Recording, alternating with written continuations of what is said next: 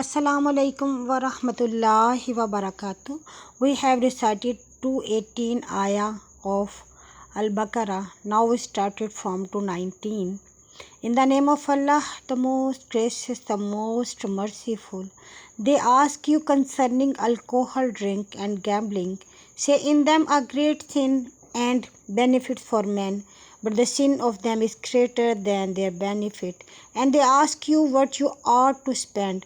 Say, that which is beyond your need, thus Allah make clear to you His law, in order that you may give thought into His worldly life, it is in the hereafter.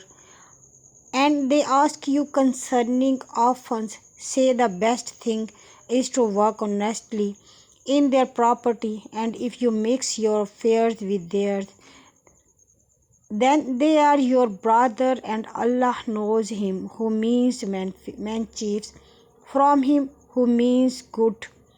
And if Allah had wished, He could have put you into difficulties. Truly, Allah is Almighty, All Wise.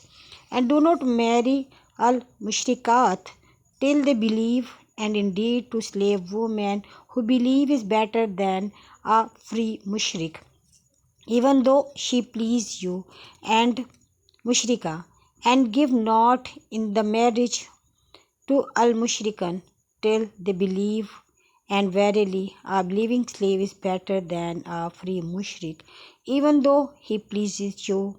Those invite you to the fire, but Allah invites you paradise and forgiveness by His leave, and make His ayah clear to mankind that they remember. They ask you concerning menstruation, say that is azam. Therefore, keep away from women during menses, and go out no to them till they are purified, and when they have purified themselves, then go them as Allah has ordained you for you. Truly, Allah loves those who turn to Him in repentance, and love those who purify themselves. Your wives are tilth for you, so go to your tilth when or how you will, and send for your own selves beforehand, and fear Allah, and know that you are to meet Him, and give Him good tidings to the believers, and make not Allah an excuse in your oath against your doing good and acting piously and making peace among mankind, and Allah is all hearer, all knower. Allah will not call you to account for that which is unintentional in your oath, but will call you to account for which you have hearts have earned, and Allah is of forgiving, most forbearing. Those who take an oath not to have sexual relation with their wives must wait for 4 months, and then they return. Verily, Allah is of forgiving, most merciful. And if they decide upon this divorce, and Allah is all hearer, all knower, and divorced women shall wait for 3 menstrual period, and it is not lawful for them to conceal what Allah has created in their mouths, if they believe in Allah and the last day, and their husbands have the better rights to take them back in the period, if they wish to reconciliation, and they have rights similar over them to what is responsible, but man has a degree over them, and Allah is Almighty, All Wise. The divorce is twice.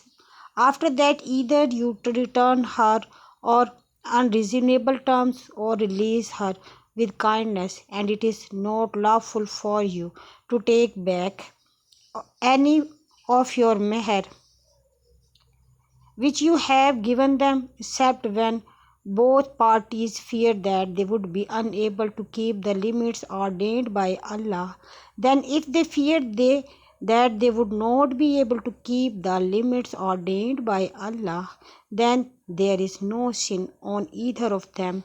If she give back, these are the limits ordained by Allah, so do not transgress them, and whosoever transgresses the limits ordained by Allah, then such are the Zalimin, and if the divorce her, then she not lawful to him thereafter until she has married another husband. Then if the other husband divorce her, it is no sin on both of them that they reunite, provide the feel, and they can keep the limits ordained by Allah.